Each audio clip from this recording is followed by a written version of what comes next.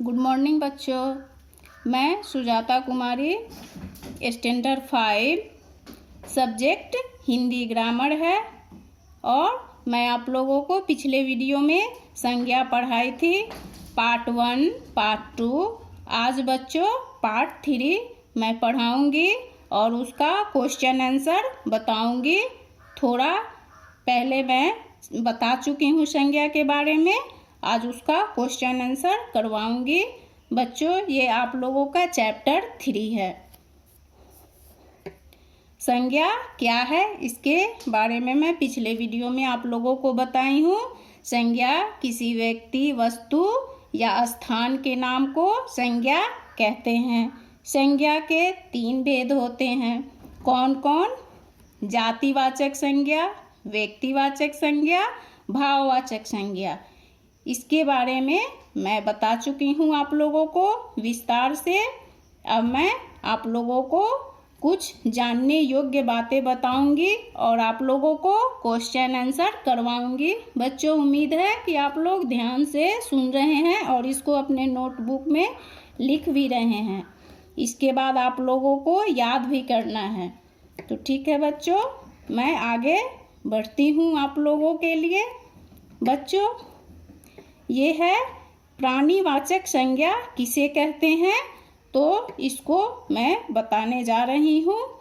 सजीव वस्तुओं, मनुष्य, पशु, पक्षी, कीड़े, मकोड़े आदि, ये सारे मैं सजीव वस्तुओं के बारे में बोली हूँ। ये सारे सजीव हैं के नाम प्राणीवाचक संज्ञा कहलाते हैं।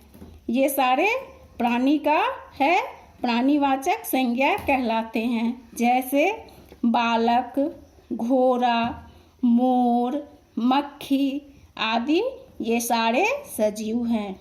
बच्चों यहाँ पे अप्राणीवाचक संज्ञा किसे कहते हैं इसके बारे में मैं बता रही हूँ आप लोगों को। अप्राणीवाचक मतलब निर्जीव वस्तु हुआ, जो निर्जीव है।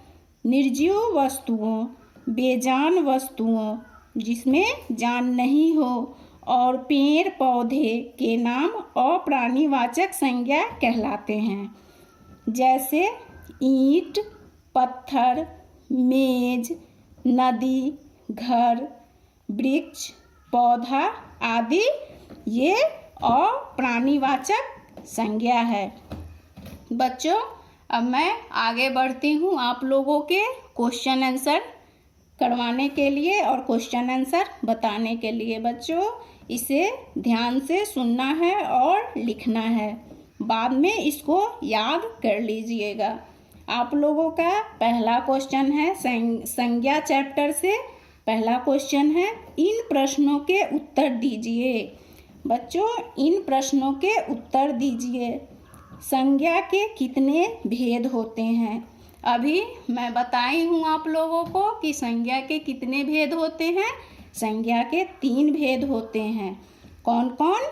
पहला है जातिवाचक संज्ञा, दूसरा है व्यक्तिवाचक संज्ञा, तीसरा है भाववाचक संज्ञा। मैं पिछले वीडियो में आप लोगों को बताई हूँ बच्चों, फिर से अभी बताई हूँ। इसको ध्यान से लिख लीजिएगा और याद भी कीजिएगा।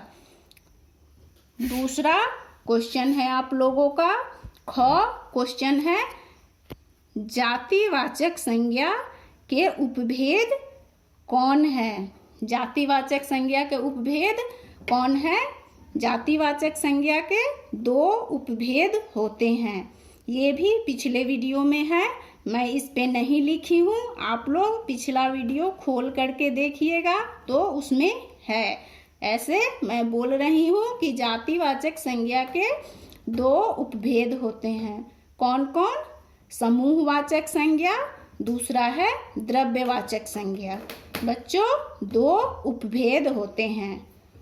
आप लोगों का तीसरा क्वेश्चन है, भाववाचक संज्ञा की परिभाषा दीजिए। भाववाचक संज्ञा की परिभाषा दीजिए। भाववाचक संज्ञा की परिभाषा है बच्चों, जिस शब्द से किसी वस्तु, पदार्थ या प्राणी की दशा, उसकी स्थिति और भाव का पता चलता है, उस संज्ञा शब्द को भाववाचक संज्ञा कहते हैं। जिस संज्ञा शब्द से किसी वस्तु, पदार्थ या प्राणी की दशा, उसकी स्थिति और भाव का पता चलता हो, उस संज्ञा शब्द को भाववाचक संज्ञा कहते हैं। जैसे गर्मी, सर्दी, बुढ़ापा, मिठास, नम्रता, थकान इत्यादि, ये सारे भाववाचक संज्ञा है। इन सबों को हम लोगों ने नहीं बनाया, ये सब प्रकृति का बनाया हुआ है। बच्चों, आप लोगों का दूसरा क्वेश्चन है, बताइए कि रंगीन शब्द संज्ञा है या नहीं, हाँ या नहीं में उत्तर देना है। बच्चों, सिर्फ पहचानना है कि ये संज्ञा है या नहीं, सिर्फ संज्ञा ही पहचानने के लिए बोल रहा है। दिल्ली में कई दर्शनीय स्थान हैं। दर्शनीय स्थान है, दर्शनीय क्या हुआ बच्चों? संज्ञा नहीं है। मैं आप लोगों का आंसर यहाँ पे लिखी हुई हूँ, एक कॉलम बना करके, जो आप लोगों को दिख रहा है। ये नहीं, दिल्ली में कई दर्शनीय स्थान है नहीं बच्चों, दर्शनीय ये विशेषण हुआ, संज्ञा नहीं है, इसीलिए मैं नहीं लिख चुकी हूँ यहाँ पे। ख क्वेश्चन है, चेतक घायल होकर गिर पड़ा।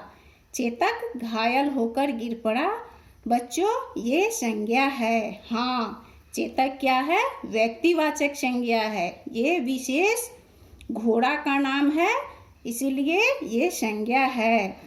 सोना महंगा हो गया, सोना महंगा हो गया, बच्चों ये भी संज्ञा है, इसीलिए मैं यहाँ पे हाँ लिखी हूँ। यहाँ पे क्वेश्चन है, अब मुझे सोना है। सोना क्या है? ये नहीं है। सोना क्या हुआ बच्चों? क्रिया हुआ। ये सोने के लिए कह रहा है, ये क्रिया हुआ, मैं यहाँ पे नहीं लिख चुकी हूँ। बच्चों, आप लोगों का अगला क्वेश्चन है, पीटर को गाना पड़ा। ये भी संज्ञा नहीं है, मैं लिख दी हूँ यहाँ पे नहीं। अगला क्वेश्चन है बच्चों, आजकल महंगाई बढ़ती ही जा रही है। आजकल महंगाई बढ़ती ही जा रही है, महंगाई ये संज्ञा है। बच्चों यहाँ मैं लिख चुकी हूँ हाँ, आप लोगों को दिखाई दे रहा है, देख रहे हैं, यहाँ पे मैं लिख चुकी हूँ हाँ। लास्ट आप लोगों का अगला क्वेश्चन है, उन्हें नाचता देखकर मुझे हैरानी हुई। ये भी बच्चों संज्ञा है। हैरानी क्या हुई? भाववाचक संज्ञा है। मैं यहाँ पे कॉलम में लिख चुकी हूँ हाँ।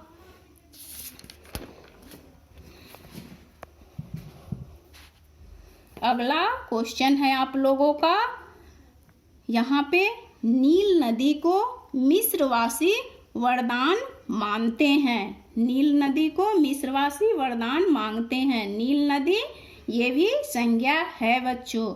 नील नदी खास नदी का नाम है, ये संज्ञा है हाँ, मैं लिख चुकी हूँ यहाँ पे। बच्चों इसका लास्ट क्वेश्चन है आप लोगों का, उसने रेशमी टाई पहन रखी थी। रेशमी टाई पहन रखी थी, टाई क्या है? रेशमी है बच्चों, ये विशेषण हुआ, ये टाई की विशेषता हुई। मैं यहाँ पे लिख चुकी हूँ नहीं, नहीं इस कॉलम में मैं लिख चुकी हूँ। बच्चों आप लोगों का तीसरा क्वेश्चन है, इन शब्दों से भाववाचक संज्ञा बनाइए। भाववाचक संज्ञा बनाइए। ये है ऊंचा से ऊंचाई, ये आप लोगों का क्वेश्चन है, ये मैं भाववाचक संज्ञा बना चुकी हूँ यहाँ पे, जो देख रहे हैं आप लोग। ऊंचा से ऊंचाई, मानव से मानवता, सफल सफलता, मूर्ख से मूर्खता, पढ़ना से पढ़ाई, सुंदर से सुंदरता। बच्चों आप लोग देख रहे हैं, अब यहाँ पे सही उत्तर चुनिए। पहला क्वेश्चन है इसका, इनमें से भाववाचक संज्ञा है। इस पे मैं भाववाचक संज्ञा कौन है? चालाकी। चालाकी पे मैं टिक लगा चुकी हूँ। ख क्वेश्चन है, सोना और मोना में मित्रता है। ये वाक्य में रंगीन शब्द है। क्या है? सोना और मोना में रंगीन, वाक्य में रंगीन शब्द है। इसमें क्या है? भाववाचक संज्ञा। मित्रता को पूछ रहा है, क्या है? भाववाचक संज्ञा है। मैं लगा चुकी हूँ।